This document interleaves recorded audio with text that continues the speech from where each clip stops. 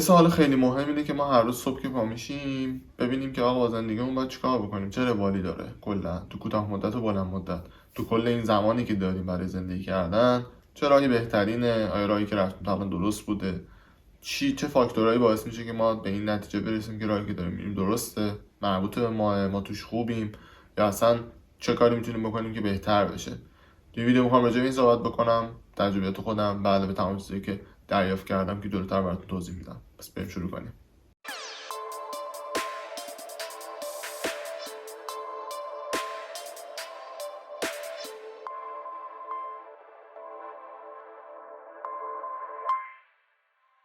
سلام همه شما، خوش اومدید به کانال فکر بزرگ.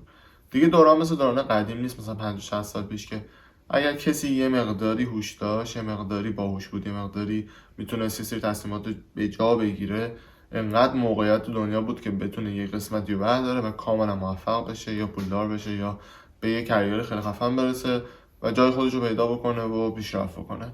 الان خیلی پیچیده شده همه چی، یعنی با توجه به پیشرفت تکنولوژی، با توجه به چیزایی که در اختیار همه آدم‌ها هست، استاندارد شدن تمام زندگی یا تعداد کمتر شدن فقر تو کل دنیا، همه اینا باعث شده که پیشرفت کردن هم یه مقداری سخت‌تر بشه، رقابت خیلی زیادتر بشه، همه یه چیزی یه بیسیک آیدیایی دارن، بیشتر مردم ادوکییت شدن و همین نمیتونی خیلی راحت مثلا به اون کریرت برسی یا به اون پولداری، اگر مثلا پول بردی بخش مهمیه که واقعا هم هست برای خیلیا، برای خود منم هست، به اون برسی.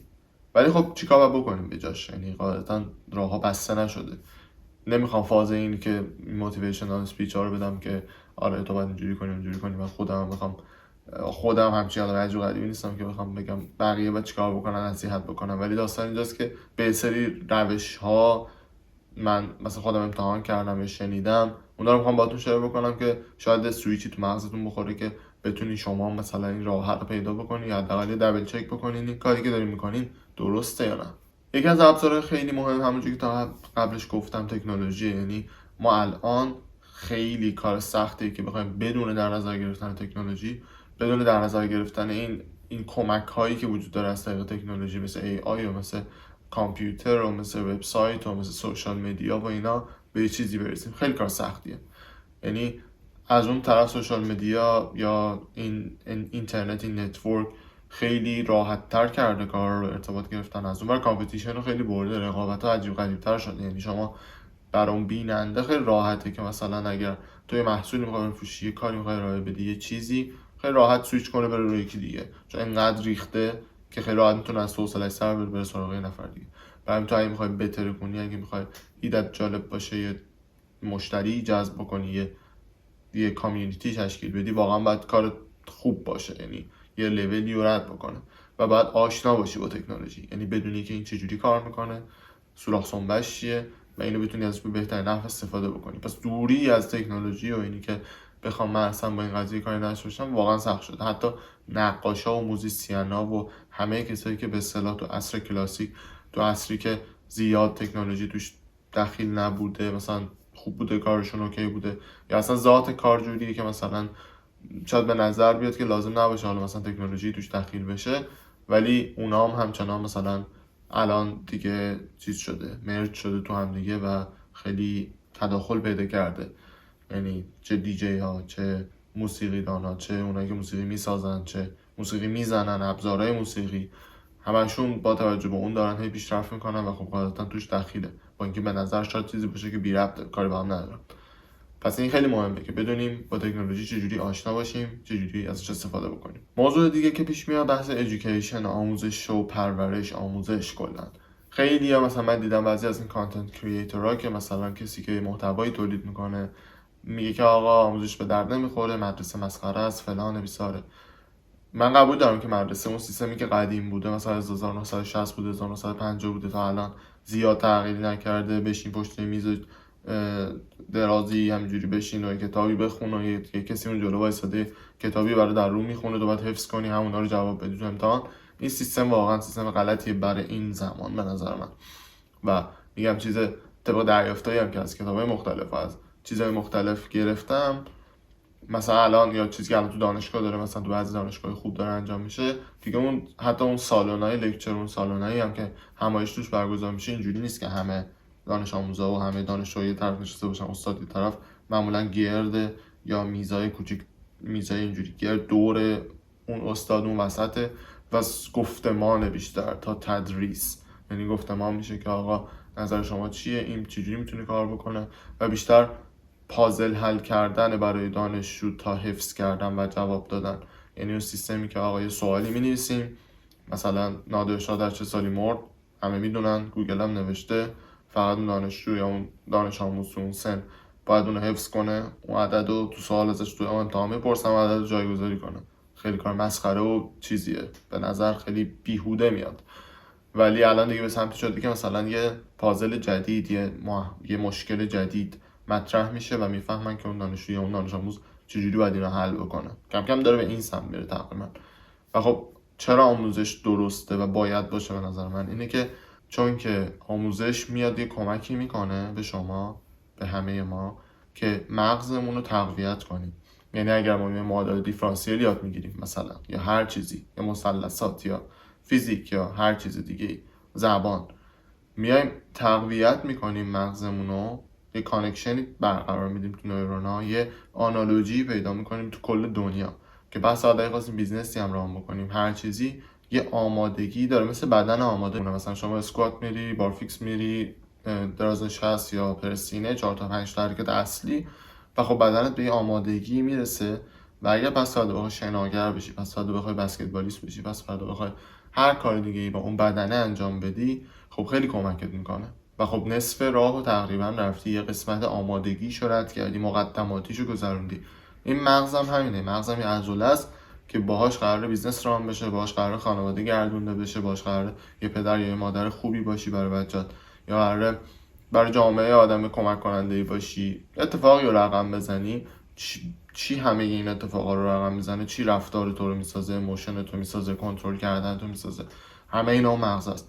و داری با توجه به آموزشه، با همون 2 تا 4 تا کردنه، با همون معادله حل کردنه، با همون فکر کردنه که آقا این ماشینه با این سرعت بره، یه چیز جلوش باشه با چه سرعتی بهش میخوره، ترمز کنه چند ثانیه بعد بهش میخوره، اینا همش آمادگی ذهنته. اگر نخوای مستقیم فیزیک بخونی و ازش استفاده کنی، یا ریاضی بخونی و از ریاضیش استفاده کنی، میگم اصلا کاملا بی ربط، تو میری بیزنس ولی مغزت یه آمادگی پیدا کرده تو تحلیل مسائل، تو فکر کردن به مسائل، که میتونه خیلی بیشتر از اون کسی که مغز چاکبند نگه داشته تو اون مسئله جدید از خودش چی میگن پرفورمنس بهتری نشون بده. این خیلی موضوع مهمیه که خیلی لج دارن از این داستان، که آقا مثلا چرا تاریخ میخونیم، چرا فلان میخونیم. حالا جدای از این که تو از اون تاریخ خوندنه، برای خود من جدیدن این اتفاق افتاده. یعنی من تو متنفر بودم از تاریخ تو مدرسه، اصلا حال نمی‌کردم چون اشتباه فهمیده بودم، روش تدریس اشتباه بوده. ولی الان مثلا با همین پادکست های مختلف، مثلا بی پلاس علی بندری، خیلی من حال میکنم باش.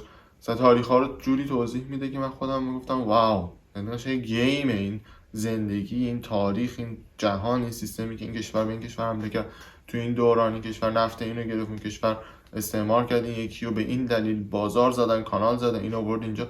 همش همون پلن بیزنسیه که کاملا بهت یه دید بزرگی میده که چجوری داره همه سیستما کار میکنه، چرا این کشور موفقه، چرا این کشور ضعیفه. و اون از اون طرف اون دید خام بی سواد میگه آقا غرب فلان، شرق فلان، آمریکا خوب، ایران بد، اون یکی خوب، این یکی بد. این که هیچی نمیدونه، اصلا نمیدونه آمریکا چجوری به وجود اومده، نمیدونه انگلیس چیکار کرده، نمیدونه اروپا چجوری شد اروپا. سوئد تا 80 سال پیش افغانستان بود. هیچ کدوم اینا رو در جریان نیستن، یعنی من خودم در جریان نبودم. و خب الکی یه سری چیزا رو همین سطحیه رو میبینن و همین روز اخبار الان رو میبینن و این نتیجه میگیرن. ولی وقتی تو این کانکشن ها رو تو مغزت داشته باشی، وقتی آموزش دیده باشی، خیلی بهتر میتونی همه چی رو ببینی. این پوینت اصلی همه چیزاست که من میخواستم بگم.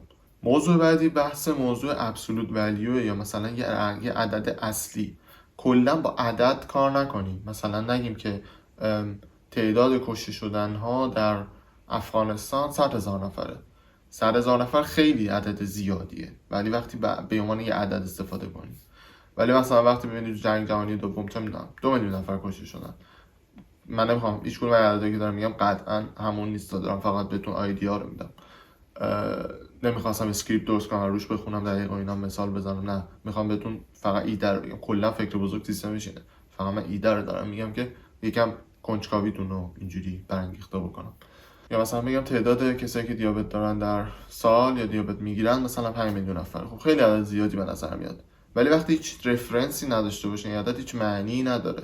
مثل فیزیک میمونه که وقتی مثلا بگی سرعت این ماشین یا سرعت این گلوله مثلا 200 چی کیلومتر بر ساعت، متر بر ثانیه، چیه واحدش؟ این واحد است که معنی میده به اون عدد. توی اعداد و آمار و همه اینا اون ریشیو، اون نسبته که عدد رو مهم میکنه، نه خود عدد. مثلا اگه من بگم تعداد کشته شدن ها از 100 میلیون رسیده به 10 میلیون، همه خوشحال میشن. این جمله خیلی فرق داره با اینکه بگم تعداد کشته شده 10 میلیونه که همه ناراحت بشن. یا اگر بگم مثلا این دقیقه تریک هم هست که میتونه به ضد مردم استفاده بشه. مثلا این دلار از 30 تومن بشه 10 تومن همه خوشحال میشن، ولی دلار بشه 10 تومن ناراحتن همه، ولی بشه 30 بعد دوباره بشه 10 همه خوشحالن. همون 10 شده ولی نسبت اینجا خودشون نشون میده. بعضیا اینو نمیگیرن. این خیلی مهمه که این نسبت رو متوجه بشی از کجا به کجا یا به چه رفرنسی این عدد چه معنی داره. این خیلی مهمه تو همه چی. مثلا اگه میخوای بیزنسی رو راه بندازی، بیا همیشه اون ریشیو زمان نسبت به درآمدت رو در نظر بگیرین. بسیار موضوع مهمیه. مثلا میای یه جوونی 18 ساله نمیدونه چیکار کنه، خب میاد یوتیوب باز میکنه، بعد یه ویدیویی میبینه راجع به یوتیوبر شدن، میره تو این وبسایتی که اسمش من یادم نیست، چیز درآمد یوتیوبرها رو میبینه مثلا یوتیوبر مثلا داره سالی 100,000 یورو در میاره با هر روز ویدیو گذاشتن و هر ویدیوش هم 50 مثلا 100 200 ویو میخوره. مثلا با این داره مثلا سالی 100,000 یورو در میاره. خب اولا که چه راهی طول کشیده به اونجا برسه، دوم این که چقدر ریالیستیکه، یعنی چقدر اون تمی که اون تاپیکی که داری تولید میکنی به اون قراره برسه. مثلا پتانسیل خود اون تاپیکی که من الان دارم راجعش حرف میزنم اصلا تو اون رنج نیست. یعنی من خودم میدونم که من 50 نفرم که ویدیو رو ببینن کاملا خوشحالم، چون بیشتر هدف من اینه که آقا مثلا من یه ساعتی رو وقت داشته باشم، چیزایی که تو روز برام اتفاق افتاده تو هفته ها جمع کردم برام تو نوت خودم نوشتم میام باهاتون شیر بکنم و خوشحالم. واقعا اگه 10 نفر 20 نفر 100 نفر قطعا خوشحال‌تر میشم اگه 100,000 نفر ببینن، ولی اگه 50 نفرم ببینن برای من اوکی، چون 50 نفر تونستن اون نظر انگار با دوستام دارم حرف میزنم. دقیقاً این دوربینه همون نقشه‌ای که انگار با دوستام و داداشم و خانواده دارم همینجوری راجع به موضوع مختلف صحبت میکنم، همین کارو دارم با دوربین میکنم. برای همین زیاد تو قید و بند این داستانش نیستم. حتما خوشحال‌تر میشم که این ویدیو شیر بشه، حتما خوشحال‌تر میشم که 100,000 تا لایک بخوره، ولی اونقدر میدونم که چی میگم واقعی نیست. یعنی یه ویدیویی که من اینجا بیام پرتقال بریزم رو سرم یا نمیدونم با چنگ و دندون برم توی غذا میکروفون نزدیک دهنم نگه دارم، شاید مثلا ویوش خیلی بیشتر از این حرفایی باشه که الان دارم میزنم. ولی خب موضوع اصلی اینه که برای من عدد مهم نیست فعلا، شاید چون که درآمدی که من دارم از زندگیم، از کاری که دارم میکنم خیلی بیشتر از این چیزی که از یوتیوب بخوام درارم. میدونی با این تاپیکی که دارم الان پیش میرم، یعنی قرار بشه یه روز یوتیوبر بشم به اصطلاح، باید تاپیک رو عوض کنم. چرا؟ چون قرار یوتیوبر بشم، قرار جوری درآمدزایی کنم که باید برسه به این چیزی که حداقل برسه به این چیزی که الان دارم در حال حاضر انجام میدم. برای همین این ریشیو رو آدم باید در نظر بگیره. اون جوونی 17 ساله بگه آقا مثلا من دارم فکر میکنم یوتیوبر بشم، چه کار دیگه میتونم بکنم که اینو خیلی سریعتر بکنه؟ چند سال بعد تو یوتیوب زمان بذارم؟ چه تاپیکی بردارم؟ یا استعداد دارم یا ندارم؟ مشکل اینجوری شده که همه میخوان اون کار ساده رو بکنن، چون اون عدده رو فقط میبینن. فکر میکنن مثلا یوتیوبر شدن، بیت کوین خریدن، فلان این یه شبه رو برسن به اونو تموم بشه بره. در صورتی که اگر مثلا اینوست کنن رو خودشون، مثلا یا رو برنامه‌نویسی بلده، بیا 2 سال بشه برنامه‌نویسی کنه، میره توی شرکتی استخدام میشه که سالی مثلا 120,000 یورو درآمد داره، همون 8 ساعت در روز میره کارشو انجام میده و اگه یه پروژه هم لابلاش بزنه میشه مثلا 200,000 تا ریلکس. مثلا اگر چه میدونم فکرشو فوکس کنه، بتونه مثلا حالا یه ویدیو رو فوکس کردن میذارم بخواد مثلا یه کاریو انجام بده، شاید نتیجهش خیلی بهتر باشه.